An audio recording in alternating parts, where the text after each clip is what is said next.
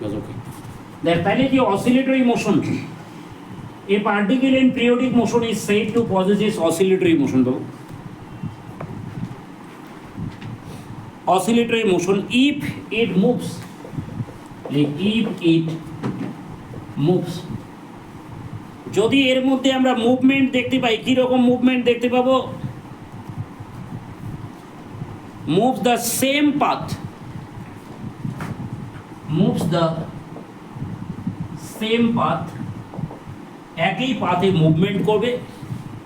কি রকম মুভমেন্ট করবে? To and fro, to and fro, to and fro, figure drawing করে দেখিয়ে দেবো। To and fro about its main position, about its main position বলবে।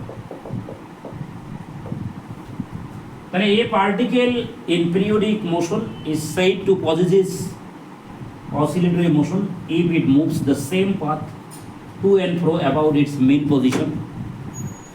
ঠিক আছে, এই মেইন পজিশনে এখানে তোরা লিখে নিতে পারিস ইকুইলিব্রিয়াম কন্ডিশন,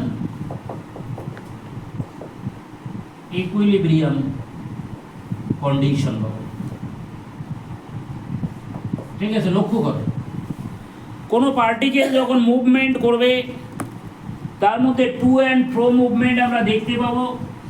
তার মানে এইভাবে একদিকে যাবে, আবার যখন রিটার্ন করবে এই পয়েন্ট থেকে যাচ্ছে, আবার রিটার্ন করছে।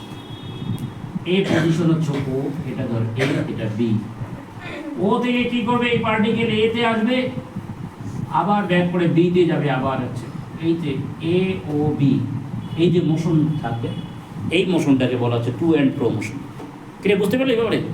টু অ্যান্ড ফ্রো মোশন মানে একবার এইদিকে আসবে, আবার কাম ব্যাক করে এদিকে যাবে। তাহলে কি বলছে? A particle in periodic motion is said to possess oscillatory motion if it moves the same path to and fro, same path to and fro about its main position, that means in equilibrium condition। equilibrium condition তাকেই বলা হবে বাবারে যখন হচ্ছে কি একবার যাবে আর একবার ব্যাক করে আসবে, বুঝতে পারলে? সেটাকেই বলা হচ্ছে কি, আমরা কি বলবো? তাকে অসিলেটরি মোশন বলবো। ঠিক আছে, এবারে এই অসিলেটরি মোশন একে আবার হারমোনিক মোশন বলা হচ্ছে। লিখ অ্যান অসিলেটরি মোশন, লিখে নেবে হবে অ্যান অসিলেটরি মোশন। লিখ অ্যান অসিলেটরি মোশন, এই যে অসিলেটরি মোশন আমরা দেখতে পাবো বাবু, একে বলতে পারি লিখ is also referred to as, is also referred to as, একে আমরা কি করে রেফার করতে পারি? Harmonic motion is also referred to as harmonic motion। কি অমৃতা বুঝতে পারলে? তাহলে an oscillatory motion is also referred to as harmonic motion। ঠিক আছে, একে আমরা হারমোনিক মোশন বলবো। ঠিক আছে, এবারে এই হারমোনিক মোশনের মধ্যে আবার এক্সাম্পল, বুঝলে? যে যখন কি হবে, একবার সামনের দিকে যাবে, আবার ব্যাক করবে, আবার সামনের দিকে যাবে, আবার ব্যাক করবে, বুঝতে পারবে? সেটা টু অ্যান্ড ফ্রো মোশন, সেটাকে অসিলেটরি মোশন বলা হচ্ছে। একে হারমোনিক মোশন বলা যেতে পারে। কেন হারমোনিক মোশন বলতে পারি? হারমোনিক মোশনটা কি? যে এটি যে টাইপ অফ, লিখতে হবে না, একটু শুনে নে, এটি যে type of motion which is associated with musical instrument that probably the region of calling is called harmonic motion। What is harmonic motion? বুঝতে পারে? এই হারমোনিক মোশন যে কথাটা বললাম সেটা কি মেইনলি মিউজিক্যাল ইনস্ট্রুমেন্টে আমরা ইউজ করি, বুঝলি? এরপরে ওয়েব চ্যাপ্টারে আছে। ঠিক আছে, হারমোনিক মোশন কি যদি লিখে নিতে চাস লিখ it is the type of motion. What is harmonic motion? লিখে নে, তাহলে সব কনসেপ্টটা ক্লিয়ার হবে। তাহলে it is a type of motion, harmonic motion কি জিনিস? লিখ it is a type of motion, it is a type of motion। Harmonic motion হচ্ছে বাবুরে মোশনের একটা type. here which is associated with musical instrument, which is associated with musical instrument, musical instrument, এটা musical ইনস্ট্রুমেন্টের সঙ্গে associated থাকবে বাবারে, লিখলি?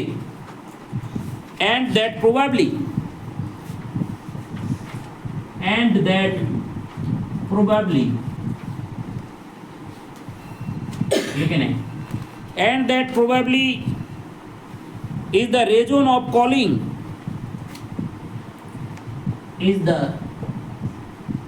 region of calling, probably is the region of calling, লিখেছিস? It is a harmonic motion, calling it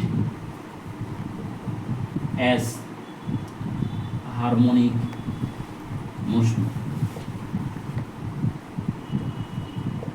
meaning হচ্ছে কি শোন, তাহলে কি it is a type of motion which is associated with musical instrument, that probably is the region of calling it as harmonic motion. তার মানে আমরা harmonic motion কি করতে, মিনিংটা কি বুঝলাম, যে মোশন হবে বাট ইনস্ট্রুমেন্টের মধ্যে যে মোশন, আর আমরা ধর যে মোশন আর একটা ইনস্ট্রুমেন্ট নিলাম, আর একটা ধর কোথাও গান বাজছে, দুটো মোশনের মধ্যে অনেকটা সিমিলারিটি থাকতে হবে, তবে আমরা হারমোনিক বলতে পারবো, বুঝলি?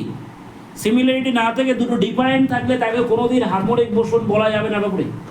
তাহলে এটি যে type of motion which is associated with musical instrument, and that probably is the region of calling is it as harmonic motion. প্রত্যেকটা মোশন আলাদা আলাদা সবগুলো বলে দিলাম। তাহলে হারমোনিক মোশনের পরেই আমরা আসবো এবার সিম্পল হারমোনিক মোশন, বুঝলি? যেটা আমাদের চ্যাপ্টারে আছে। লিখ, এ বডি এক্সিকিউটিং, লিখ a body executing, a body executing, लिखे ने, executing such motion, executing such a motion, যখন কোনো বডির মধ্যে এই ধরনের মোশন দেখতে পাবো। একটা এক্সাম্পল হচ্ছে কি সিম্পল পেন্ডুলাম, লিখে নে, তার ক্ষেত্রে দেখতে পাবো, যেমন এক্সাম্পল সিম্পল পেন্ডুলাম। সিম্পল পেন্ডুলামের মধ্যে আমরা এই ধরনের মোশন দেখতে পাবো। তাহলে এ body executing such a motion, example হচ্ছে সিম্পল পেন্ডুলাম, ঠিক আছে? Is called harmonic oscillation, is called, তাকে বলা যেতে পারে কি এসআইএসএম, সিম্পল হারমোনিক মোশন। তাহলে সিম্পল পেন্ডুলামের যে মোশন সেটাকে আমরা কি বলবো? সিম্পল হারমোনিক মোশন, ঠিক আছে? সিম্পল হারমোনিক মোশনের ক্ষেত্রে কি থাকবে? পিরিয়ডিক ফাংশন দেখতে পাবো বাবু, লিখে নে, যে সিম্পল হারমোনিক মোশন কোথায় দেখতে পাচ্ছি? Simple harmonic motion in simple pendulum. Simple pendulum যখন মুভমেন্ট হবে, খুব অ্যাটেনশন দিয়ে শুনবি, এগুলো খুবই জরুরি, দরকার আছে। এই সিম্পল পেন্ডুলাম, সিম্পল পেন্ডুলামে এই যে পজিশন, এই পজিশনটাকে বলা হচ্ছে মিন পজিশন, এটা হচ্ছে কি বাবু? এক্সট্রিম পজিশন, লিখে নেই, এক্সট্রিম পজিশন। তাহলে বাবারে একটা মেন পজিশন আর দুটো হচ্ছে এক্সট্রিম পজিশন। তাহলে সিম্পল পেন্ডুলামে যদি আমরা কি দেখতে পাই, যখন মুভমেন্ট করবে কোনো পার্টিকেল, এই যে পেন্ডুলামটা মুভমেন্ট করবে, একবার মেন পজিশন থেকে এদিকে যাবে, আবার ব্যাক করে এদিকে আসবে, একবার মেন পজিশন থেকে ব্যাক করে, মানে এক্সট্রিম পজিশন থেকে মেনে আসবে, মেন থেকে আবার এক্সট্রিমে যাবে, আবার এক্সট্রিম থেকে ব্যাক করে মেন পজিশনে আসবে। তার মানে এই মোশনটা কি actually to and fro motion, আর এই মোশনটাকে আমরা বলবো কি simple pendulum. Simple pendulum function, এটা কি হবে? Function at time t, function at time t, a function of T equals to, লিখে নে, এ সাইন, লিখব f function of T equals to A sine omega t, a sine omega t. তাহলে f function of T equals to A sine omega t লিখেছি in simple pendulum F function of T equals to A sine omega T. এটা মনে রাখতে হবে তোদের, ঠিক আছে? Sine function দিয়ে দিলাম। এবার যখন এস মানে এখানে কি দেখতে পাচ্ছি, F function of T equals to A sine omega T, যখন এটা দেখতে পেলি সঙ্গে সঙ্গে আমাদের গ্রাফিক্যাল রিপ্রেজেন্টেশন আসতে হবে। কে ভালো করে বোঝার চেষ্টা কর যে আমরা গ্রাফিক্যাল রিপ্রেজেন্টেশন তখন দেবো। ভেরি ভেরি ইম্পর্টেন্ট এই টপিকগুলো, সুন্দর করে বুঝ। এটা হচ্ছে কি অরিজিন আমাদের, এদিকে কি দেখতে পাবো এক্স এক্সিস, ঠিক আছে? খুব অ্যাটেনশন দিয়ে শুনবি। এক্স এক্সিস আমরা দেখতে পাচ্ছি, কোশ্চেনে দিয়েছে এফ ফাংশন অফ টি, সেটা equals to A sine omega T. এবার আমাদের লক্ষ্য করতে হবে সাইনের ক্ষেত্রে স্টার্ট হচ্ছে কত, সাইন 0 মিন হচ্ছে 0 ডিগ্রি, সাইন 30 মিন হচ্ছে কত হাফ, সাইন 45 মিনস কত 1/√2, সাইন 60 কত হচ্ছে √3/2, সাইন 90 সেটা ইকুয়ালস টু 1। তাহলে আমরা দেখতে পেলাম 0 থেকে প্রথমে স্টার্টিং হচ্ছে, তারপর আস্তে আস্তে বাড়তে বাড়তে কোথায় চলে গেলো 1 এ চলে।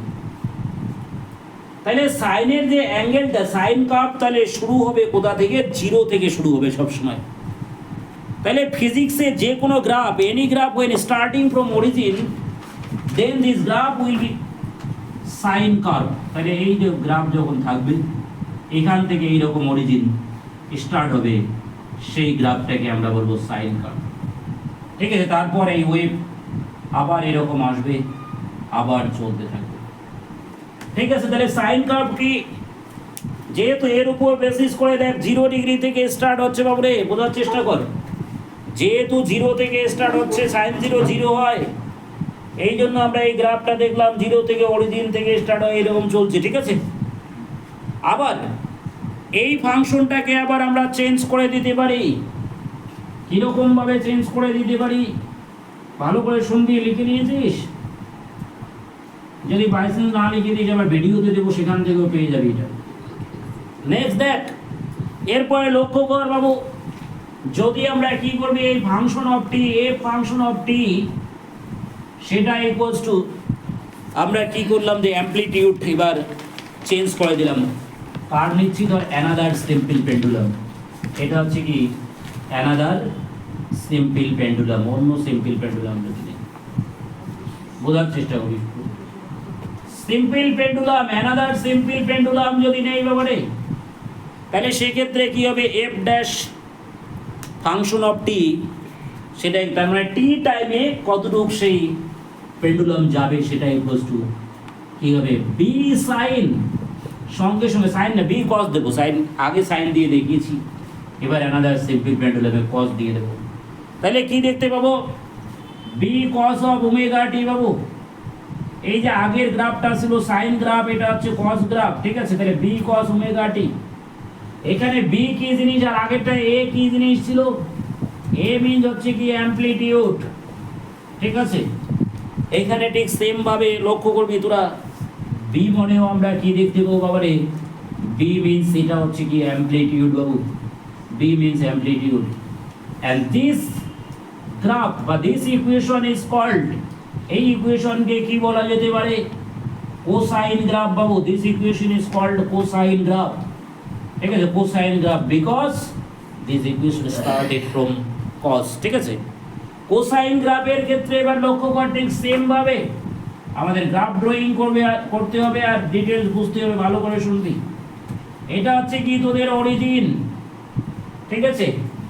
অরিজিন এবার স্টার্টিং যখন করব আমাদের মনে রাখতে হবে কোসাইন বা কসের ভ্যালুগুলো কিভাবে আমরা পাবো, শুন ভালো করে। প্রথমে লক্ষ্য কর বাবু, কস যদি কি হয় 0 ডিগ্রি আমরা যে নেই, ভালো করে শুনবি। cos 0 ডিগ্রির ভ্যালু 1, 0 পরে cos 30 ডিগ্রির ভ্যালু কত আমরা শিখেছি, √3/2।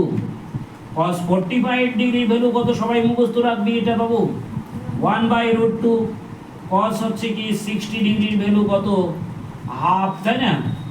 আবার কি হচ্ছে cos 90 ডিগ্রির ভ্যালু কত, 0। কে মুখস্থ আছে ব্যাপারে? তাহলে cos 90 ডিগ্রির ভ্যালু 0, তাহলে cos 0 degree 1, cos 30 √3/2, cos 45 1/√2, cos 60 half, cos 90 0। তার মানে কোসাইন গ্রাফ যখন শুরু হবে প্রথমে অরিজিনেই তার একটা বিরাট ভ্যালু আমরা পাবো, তাই না? অরিজিনেই আমরা কি পাবো? একটা বিরাট ভ্যালু পাবো। দ্যাট মিন্স অরিজিন থেকে ম্যাক্সিমাম থাকবে, তার মানে কোসাইন গ্রাফ এইরকম স্টার্ট হবে বাবা, স্টার্ট হয়ে চলতে থাকবে, চলতে চলতে আবার এইরকম যাবে, বুঝতে পারলি?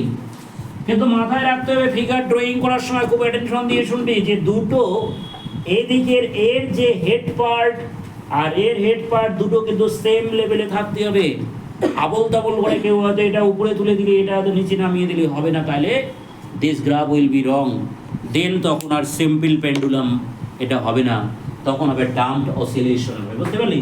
সেই ডাম্পড অসিলেশন অ্যানাদার জিনিস। তাহলে এবার আমাদের কি সিম্পল পেন্ডুলামে তাহলে এই গ্রাফটা হবে।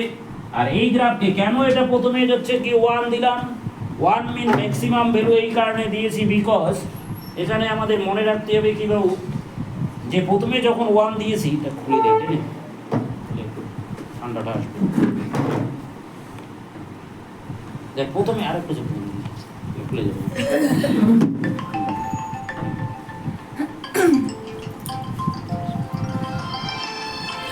হ্যালো, হ্যাঁ 9টার পরে কল করো, বুঝলি? এখন ক্লাস হচ্ছে, ঠিক আছে? শোন কি বলছি বাবুরে, তাহলে এই যে কসের ভ্যালুগুলো আমরা দেখতে পেলাম, cos 0 degree 1, cos 30 degree √3/2, cos 45 1/√2, cos 60 half, cos 90 0। That means কোসাইনের ক্ষেত্রে জিরোতে একটা ম্যাক্সিমাম আমরা ভ্যালু পাচ্ছি, কি রে না, বুঝলি? জিরোতেই ম্যাক্সিমাম ভ্যালু পাচ্ছি, এই জন্য গ্রাফটা প্রথমেই হচ্ছে কি হাইয়েস্ট ভ্যালু থাকবে, কি রে, বুঝতে পারলি? প্রথমে হাইয়েস্ট ভ্যালু থাকবে। তাহলে এটা কি হচ্ছে আমাদের, এটাকে বলবো আমরা কোসাইন গ্রাফ। কার জন্য? For SHM particle. এটা কিসের জন্য? For SHM particle. লিখে নিন এসএইচএম পার্টিকেল। তাহলে cosine graph for SHM particle, ঠিক আছে? লিখে নেন। নেক্সট এরপর দেখ